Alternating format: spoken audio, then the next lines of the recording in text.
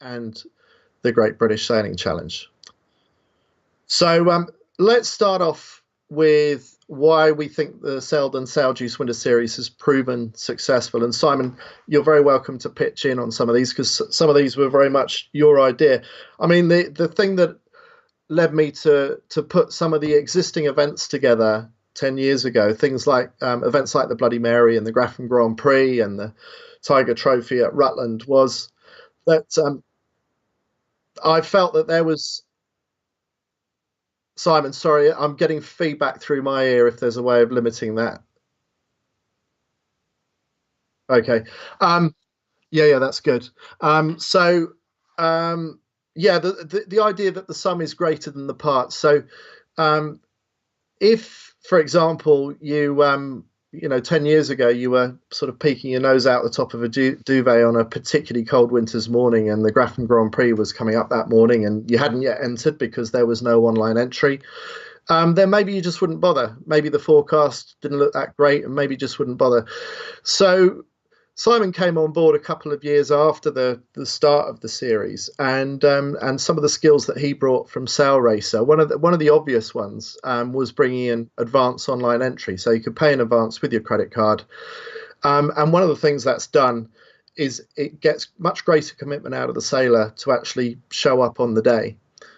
So that's one of the reasons why we think we've had good turnouts. It just once you've made that small commitment of making your £30 entry fee, albeit, you know, that's not really a patch on the cost of petrol and accommodation, whatever else. It just seems to get a bit of buy-in from people, and it makes planning and logistics for the sailing club a whole lot easier in terms of how much lasagna to cook up, how many rescue boats they're going to need, all those kind of logistical things that before online.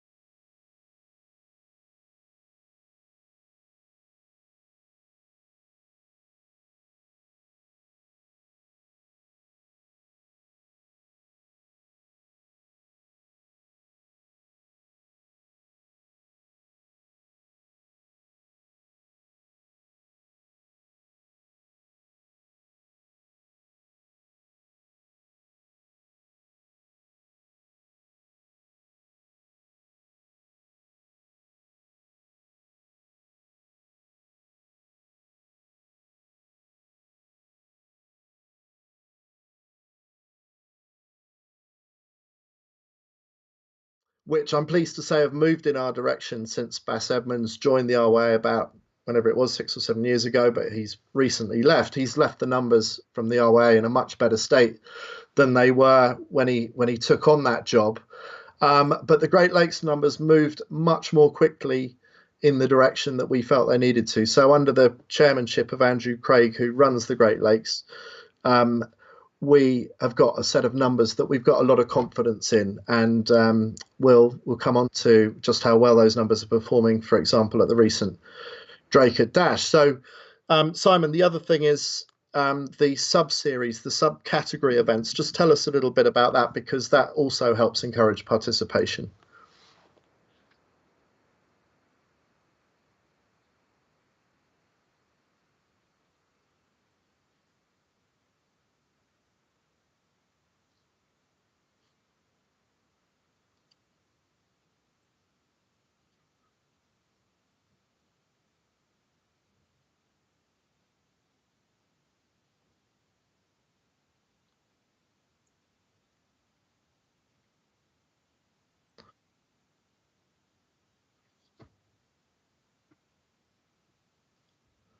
Absolutely. So there's more than one way of winning these events, and that seems to have worked well, both for the sailors and the clubs, and also the sponsors that we have backing those series within the series.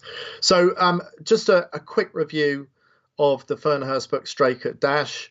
If you want to find out more about it, there's my race report, which you may have already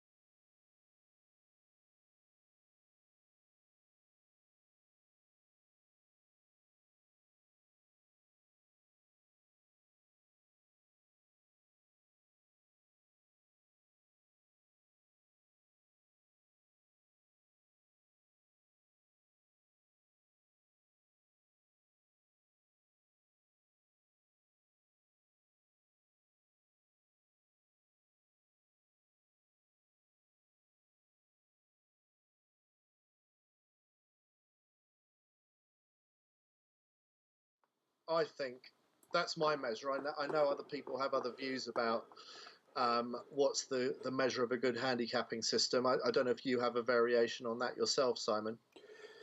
Well, I think yes, the classic conditions like medium sort of winds where the handicaps were at the best, and everything was all nicely jumbled up. But there always is just one winner, and it was Ben Schooling in the Mustoe Skiff. And so some people might say, oh, because I'm one of the organisers of the Sail G Swindler series and I sail a Mustoe Skiff, therefore the Mustoe Skiff gets a little leg up on the handicap numbers. Well, I can promise you that's not the case. I love what the Great Lakes guys do, Andrew Craig and his team, but I don't have any personal role in that. So Ben Schooling keeps on ruining the handicapping system for the rest of us Mustoe Skiff sailors because he sails so much better than everyone else. And I think the next Mustoe Skiff at Draycott finished about 18th. So I think Ben Schooling is a class apart in the Mustoe Skiff in that style of racing round the cans. And in fact, we have an interview that I did a couple of days ago with Ben Schooling. So let's hear what Ben had. You won the Fernhurst Books Draycott Dash. So firstly, congratulations on that. I want to ask you, what keeps you coming back year after year to these winter events? Oh, thanks very much, Andy. I just really enjoy the challenge of sailing different courses, and there's a handicap racing. It's just a different dynamic, I suppose. Sailing against different styles of boat, point very different angles. It's a different challenge getting off the start line, and I think it's just really good practice for the main sort of summer season, doing these different style of winter events. The other thing I notice is that on a championship course, you and I can have a pretty good race, and I can get somewhere close to you on a championship course. I remember at the Oxford Blue about 3 years ago or so, you won it in your Mustoe Skiff, and in my Mustoe Skiff, I came exactly 100th out of 150. It seems to amplify all the little differences that don't get amplified on a championship course, which seems to test different skills, and obviously we're different weights as well, and sometimes those big winds and those big waves suit my larger frame than your more athletic frame, so that's part of it as well, isn't it? But how much do you find that it helps you at the start of the season when you come into the start of the Mustoe Skiff fleet racing season in spring, for example?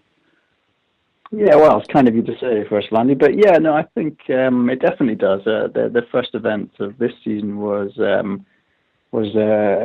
Rutland Water, and I think there were 25 or so skiffs, and yeah, I won that. It was light winds, it was flat water, it was my kind of conditions. And you talk about racing, and the main sort of thrust of the season tends to be more on the sea, and yeah, it can be bigger waves. I suppose I've honed my skills at Datchet Water in the Mustoe, and my style and technique is very much flat water and sort of shifty conditions, and then I guess that's where I'm a bit stronger.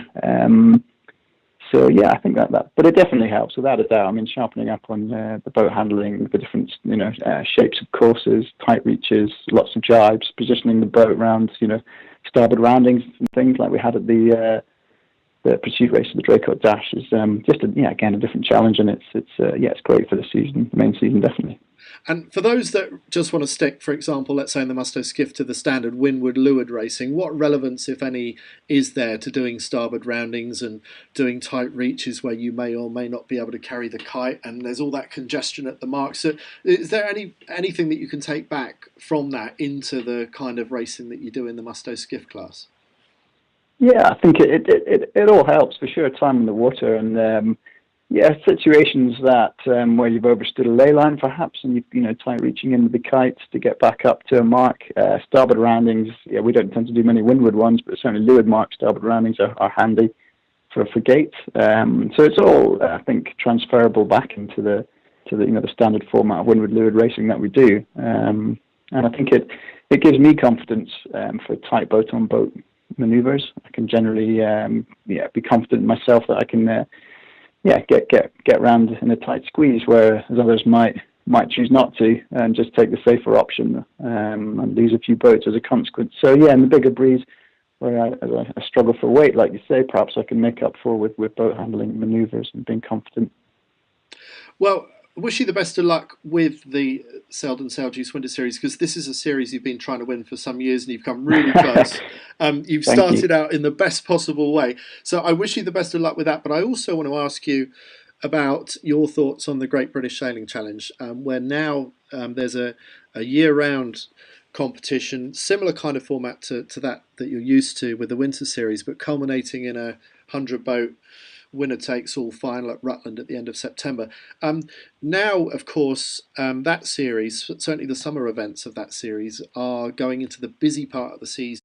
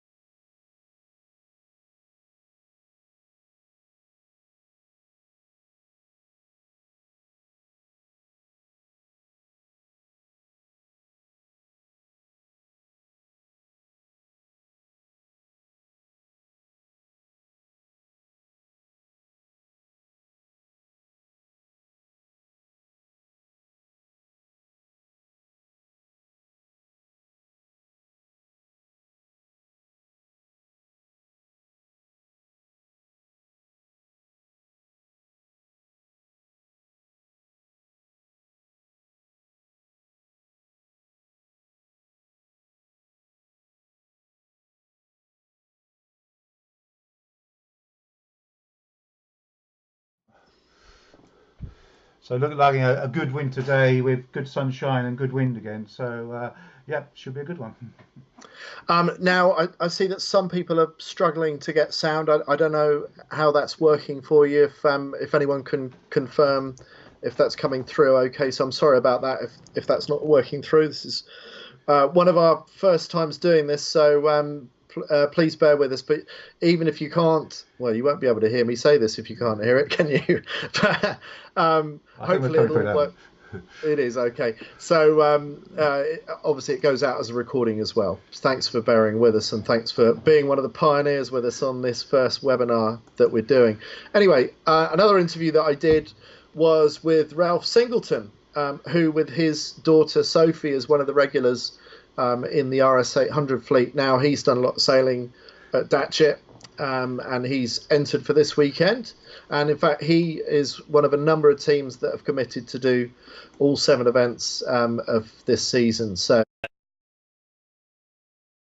when you look down south like he does to head up to Yorkshire Dales, so he must have bagged one of those limited 70 spots that there are for the Yorkshire Dales, bearing in mind water levels are a little bit low up north for them at the moment. Anyway, let's hear what Ralph Singleton had to say.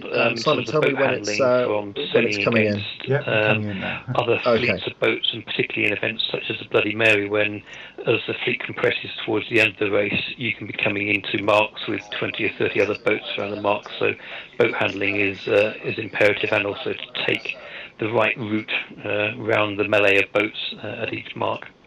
Ralph Singleton, you sail the RS 800 very regularly in the Selden Sail Juice Winter Series with your daughter Sophie. So can you tell me your reasons for doing it and what you get out of that style of racing? Yes, Andy. Sophie and I very much enjoy the Winter Series. Sailing on some of the larger lakes around the country is good practice in the winter season when the RS 800s circuit has generally ended. To practice against other boats as well and meet old friends is also additionally great fun. And so we get some RS 800s, but as we see with the other classes, or a lot of the other classes, we don't get huge numbers. It tends to be a few people that turn up on a regular basis. What do your fellow RS 800 sailors think about you competing in those kind of events? I think jokingly they think I'm getting some illegal practice in over the cold winter when we should all be tucked up in some warm clothes. but that aside, I think they see the benefits.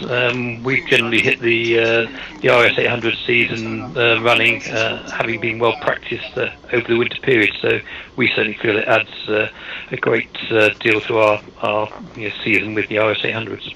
Okay, so you're a little bit more practiced in terms of boat handling, and the other aspect, which I don't know if some people enjoy and maybe puts others off. Normally in RS 800 racing, it will be, I'm assuming, straight windward leeward racing, and the pattern of play is a little bit more predictable. How do you find the varied type of courses, and how do you cope with that in the RS 800? We get a good mix over the series. So things like the Grafton Grand Prix do offer some windward leeward sailing. Most of the others offer sort of trapezoid or P-type courses. I think Datchet does a mix of everything to try and make it fair. So that's good practice, and indeed, two sail reaching whilst is pretty difficult in the RS 800. It is always fun, particularly in the blow. We also get a lot in terms of boat handling from sailing against other fleets of boats, and particularly in events such as the Bloody Mary, when as the fleet compresses towards the end of the race, you can be coming into marks with 20 or 30 other boats around the mark. So boat handling is imperative, and also to take the right route around the melee of boats at each mark. Alf Singleton, you sail the RS 800 very regularly in the Selden Sail Juice Winter Series with your daughter Sophie. So can you tell me your reasons for doing it, and what you get out of that style of racing? Yes, Andy. Sophie and I very much enjoy the winter series.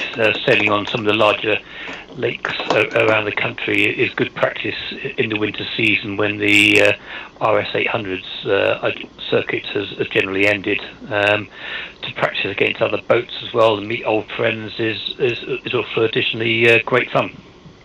And so we get some RS 800s, but as we see with the other classes, or a lot of the other classes, we don't get huge numbers. It tends to be a few people that turn up on a regular basis. What do your fellow RS 800 sailors think about you competing in those kind of events?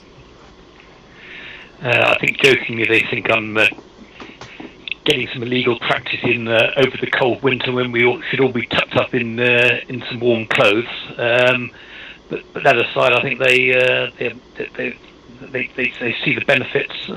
We've generally hit the RS 800 season running, having been well practiced. Boat handling, and the other aspect, which I don't know if some people enjoy and maybe puts others off. Normally in RS 800 racing, it would be, I'm assuming, straight windward leeward racing, and the pattern of play is a little bit more predictable. How do you find the varied type of courses, and how do you cope with that in the RS 800? We get a good mix over the series. So things like the Grafton Grand Prix do offer some windward leeward sailing. Most of the others offer sort of trapezoid or P-type courses. I think Datchet does a mix of everything to try and make it fair. So that's good practice, and indeed, two sail reaching whilst is pretty difficult in the RS 800. It is always fun, particularly in the blow. We also get a lot in terms of boat handling from sailing against other fleets of boats, and particularly in events such as the Bloody Mary, when as the fleet compresses towards the end of the race, you can be coming into marks with 20 or 30 other boats around the mark. So boat handling is imperative, and also to take the right route around the melee of boats at each mark. Alf Singleton, you sail the RS 800 very regularly in the Selden Sail Juice Winter Series with your daughter Sophie. So can you tell me your reasons for doing it, and what you get out of that style of racing? Yes, Andy. Sophie and I very much enjoy the winter series. Sailing on some of the larger lakes around the country is good practice in the winter season, when the RS 800s circuit has generally ended. To practice against other boats.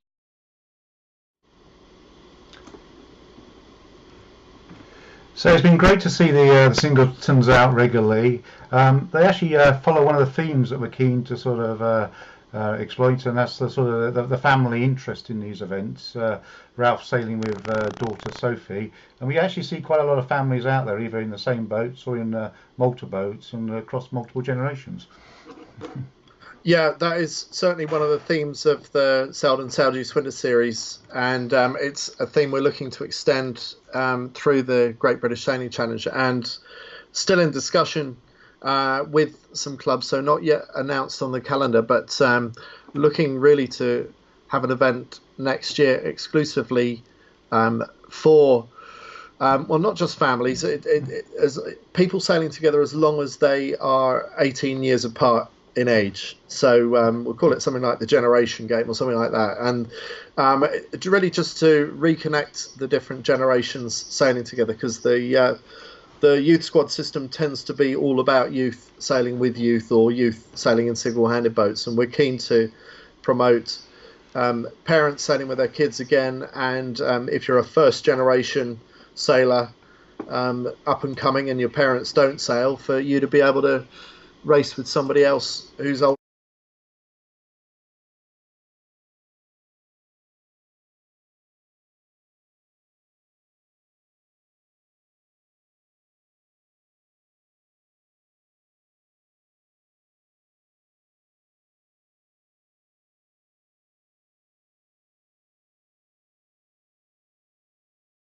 Yeah, I, one of the questions that's been going around is why do we need more events, and doesn't One Design give the best racing? Well, yes, firstly, One Design, yes, it does give the best racing, and certainly not gonna dispute that, and it's probably what I would prefer.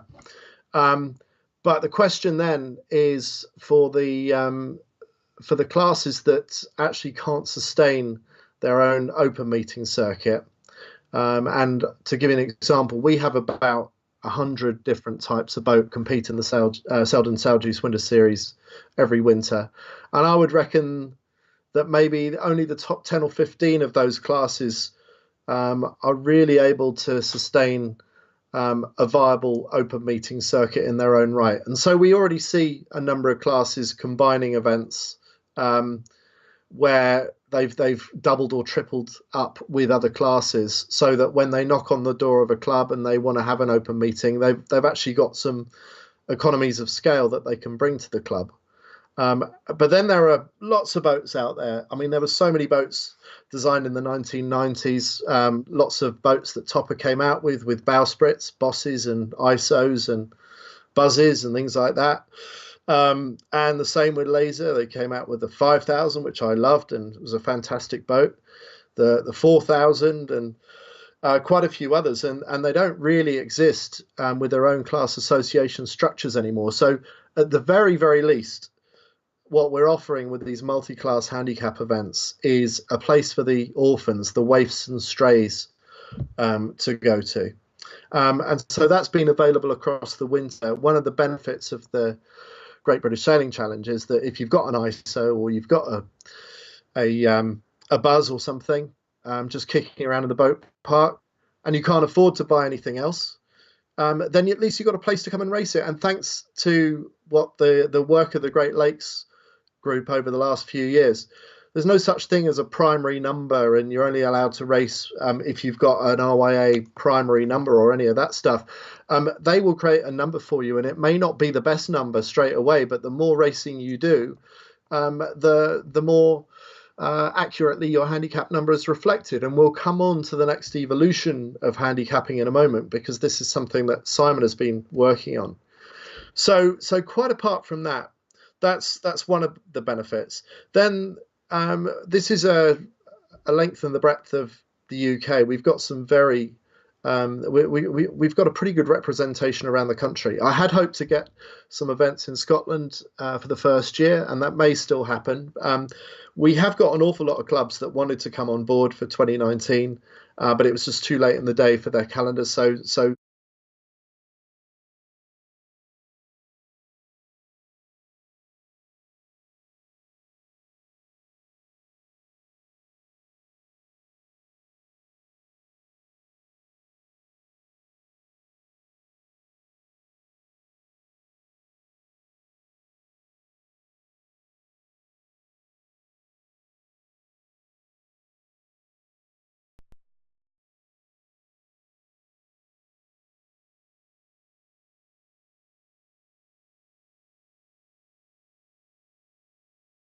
as possible of all types of small boat sailing in the UK.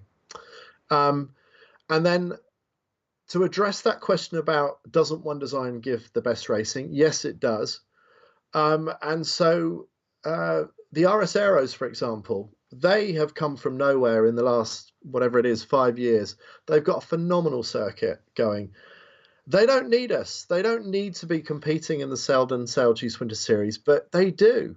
And so, for example, I was loaned a boat a couple of years ago to do the Oxford Blue. It was maxed out at the 150 entry limit. And I think it was 49 or 50 of those boats with the RS Aeros because they came to use that event as one of their winter championship events. And so I spoke to Pete Barton about this. He's the guy, one of the big driving forces behind the success of the RS Aero. And I asked him some of the questions about why he chooses to get the RS Aero involved in these multi-class events when they really don't need us.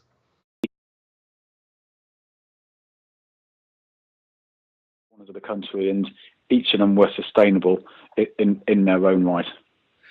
Brilliant. Well, Peter, I didn't prime you on that call, but you've said all the right things. So thank you very much for that. And thanks for your ongoing support, because as I said before, but we appreciate you all the more for coming along and doing our events. Well, you don't see them throughout the summer often.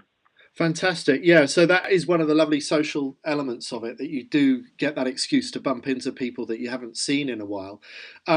Now, what about the nature of the racing? Because if you're a purist and you love your one design racing, how do you find that when you're competing with 100 other boats on that race course? You haven't seen it. Now, what about? Okay, looks like there's a bit of an issue with the Peter Barton interview. We'll put that up later as a recording. So should we now sort of go on to the next stage, Andy? Yeah, sorry about that if that didn't work out. It's a very good interview that I didn't prime Peter with his answers. They were I wanted to hear what he had to say honestly, and he had some very good things to say about why they choose to get involved. And one of them, for example, is if you think you've got a strong product and he believes in the RS Aero, then coming to do one of the multi-class events like say the Oxford Blue is almost like a dinghy show on the water.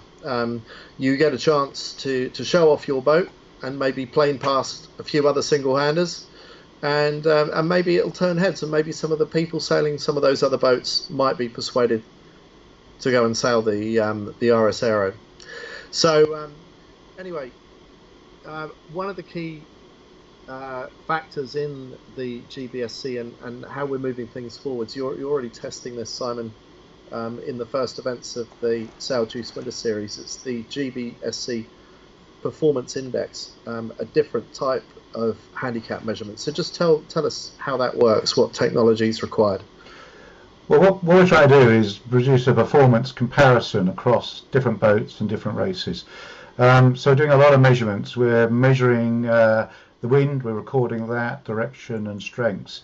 But more critically, we're putting GPS trackers on all the boats and measuring a lot of data there. So we're taking the leg data, we know how long each leg is, the time, and the various VMGs and performances across that. And what we're doing is mashing up that data, and we're trying to see back in the sort of history of races, do we see a similar race that follows those sort of scenarios? And then that gives us a handicap which is really dynamic to those circumstances, and that allows us to make comparisons between the different races, the different courses and the different boats, which is really where a lot of other sports are in terms of, you think about running and even motorsports. So they can give you sort of timed runs and say, you know, how long did the mile take, how long did the 100 meters take. Sailing is obviously different because there's so many variables, but we believe by taking a lot of measurements that we can sort of even some of that out. Now, the Draycott recently, that was the first big test run, and we handed out a bunch of medals, which were different. Sometimes they overlapped with the results based on the Great Lakes handicapping, and and in other respects they were different. So just tell us how you measured it and how it actually differs from the standard sort of handicapping format that we're used to in the case of the Draycott Dash. So yeah, we're taking all the sort of GPS measurements, and effectively we're doing a what you might call a sort of time on distance rather than time on time sort of basis, and then mashing up the sort of winds. And yeah, we saw some differences, not massive differences, which is good. We're still sort of in a way sort of using the Great Lakes and the PYs as sort of benchmarks. But what it's allowing us to do, and there's a web page now up to do that, is that we can drill down to the data. So, for example, we group things into 4 different divisions, starting with the fast asymmetrics, the symmetrics, the slow asymmetrics, and the slow symmetrics. Basically, boats that go dead downwind and boats that sort of have to jibe, and grouping them together. Here we see the results for the slow asymmetric with Alistair Goodwin, last year's winners, actually topping the table. And what it allows us to do is to really create some analysis. And for example, we can pop up a graph and bring up sort of some trends of what's going, see how a particular sailor is progressing. So this is the top 3. Interesting, we see Ed Highland, one of the top blaze sailors, actually on the trends performing, improving his performance across the weekend, whereas the other top 2 slightly declining. This will become more meaningful after sort of Datchet and more races come in there. But I think we're starting to see some exciting use of the data and direct comparison between sailors and between races. Excellent. And there's many other ways that we're going to be able to use this, but we've got a lot of information flying at you already this evening, so we'll come back to that on another occasion. So Simon, let's look at some of the questions that had come in both before the webinar and during. So I've already addressed why do we need. Well, no, I'll go into why do we need more events. So it is already a convoluted calendar in sailing generally, not just in this country, but across the board. And in this country, we've got an awful lot of events. We really are trying to consolidate. And so just as I mentioned earlier about Pete Barton and the RS Aeros deciding to have their winter championships based on some of the Selden Sailjuice Winter Series events, we had the Hadron Inlands at the Draycott Dash Rally. There's nothing to stop you having your own one design race within some of these multi-class events. And for the smaller classes that can't get the numbers, I mean, some classes are struggling to get into the double figures for their own standalone open meetings. We are looking to create, yes, more events in the short term that hopefully will mean fewer but more meaningful events in the future. Which maybe sort of also comes into another question of that's been put out there on the internet. Isn't this a cynical marketing exercise to make money? So how is it driving the Bentley now, Simon? How are you enjoying it after your second month? Only 3 wheels at the moment, so I can't afford to fill it up. Yeah, no, that's the problem I got. Yeah, I'm on just 2 wheels on my Rolls Royce at the moment. There's easier ways of making money. Yes, we would love this process, everything that we're doing to make money, and if we do, we won't be embarrassed about it. In the past, I've written for the dinghy column for Yachts and Yachting for I don't know, nearly 20 years now, and I've written about some fantastic ideas that have come along. I remember there was one about 10 years ago called Fast Sail, which was pulling together all the single trapeze symmetric spinnaker boats, things like the Fireball, the 5.0, the Javelin, the Osprey, the 470, and a few others I can't remember right now. And they had some fantastic racing, and then it sort of came and it was really successful, and that disappeared about 2 or 3 years later, just went without trace. And there was another one called the Trapeze and Asymmetric Sailing Association, TASA, which was designed to create a race circuit for all those sort of orphans from the big asymmetric boom of the 90s, the boom and bust of the top of the buzz, the A lot of those other boats, the 5,000, the 4,000, again, it came and went. It didn't last. These things they only last for as long as the volunteers that put these events together have the gumption and have the energy to do so, and then life gets in the way and these things disappear. So yes, we're trying to be commercial about this, and no, we're not apologetic about it. We think it's the only way that we can really take sailing up to the next level. And I mean, I may not look like it, but I actually do some triathlons. Occasionally I do some running races, although I don't run much of them. I walk most of it. Some of these other sports, particularly the newer sports like triathlon and these sort of assault course type of things like Tough Mudder and Spartan, I've done quite a few of these events. The entry fees for these events are really high. And so you think, oh, if the entry fee's that high, then the entry level will go down and no one will enter them. Well, no, it seems to be the opposite, actually. And so money is not always the blocker. Well, in fact, lack of money is often the blocker, because there's not enough resource to actually make these events work properly. So we're looking at what's going on in other sports, and we're looking at doing things in a different way. And yeah, it's a bit of an experiment. Not everything that we try will necessarily work, but if it doesn't, we'll adjust and we'll change our approach. So anyway, probably controversial, some of what I've just said, but I hope it puts you in the picture about what we're doing and where we're coming from. I mean, there's easier ways of making money than doing what we're doing. So that's not the driving factor, but it's an important factor in whether this is going to be successful or not.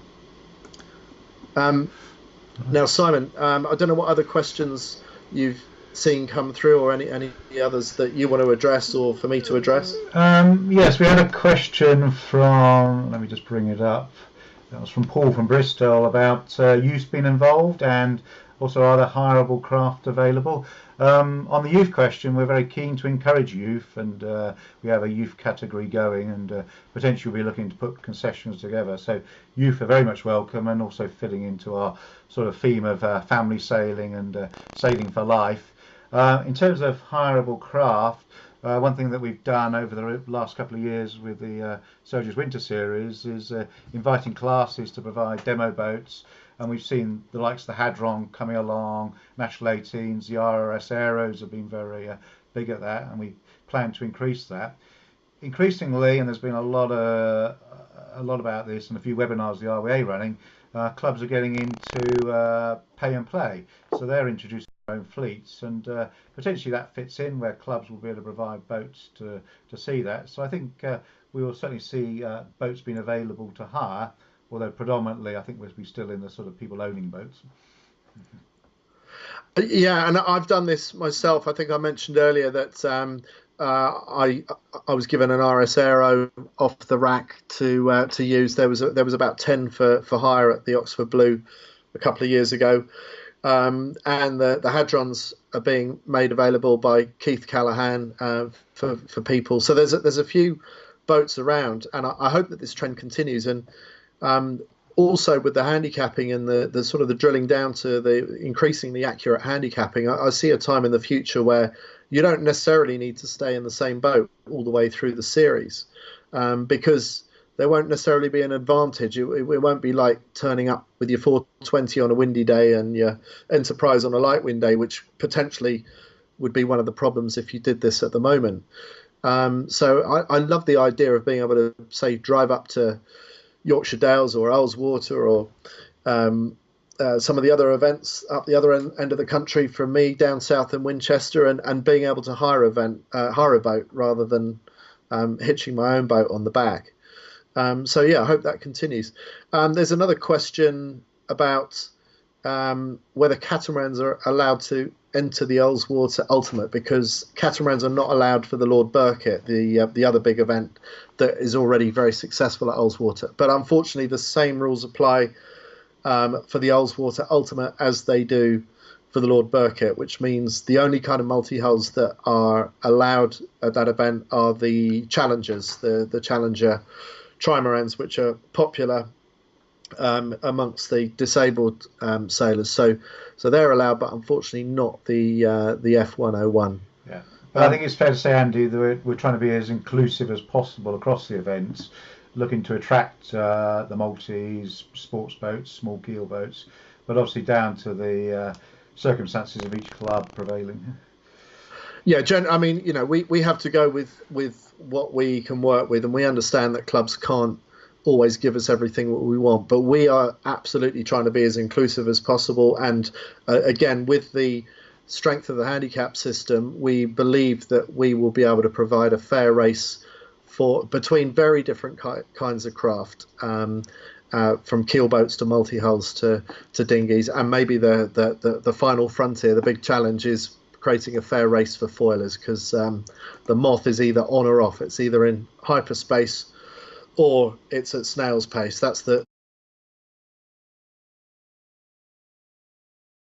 There's another one, isn't there, from Howard from Durham, Simon, about racing formats.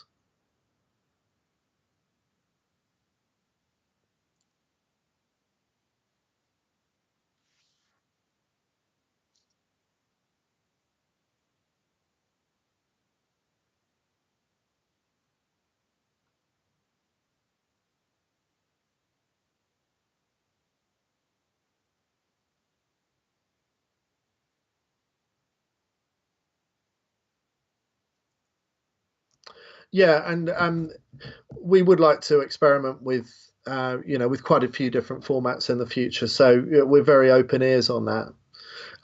Simon, any other questions that have come in and that we need to talk about?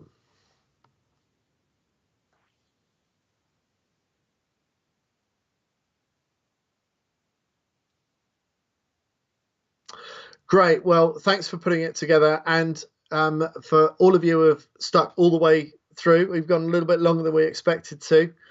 We've got a lot of information across. I hope that helps in terms of explaining why we're doing what we're doing and how we think it might benefit sailing in the UK.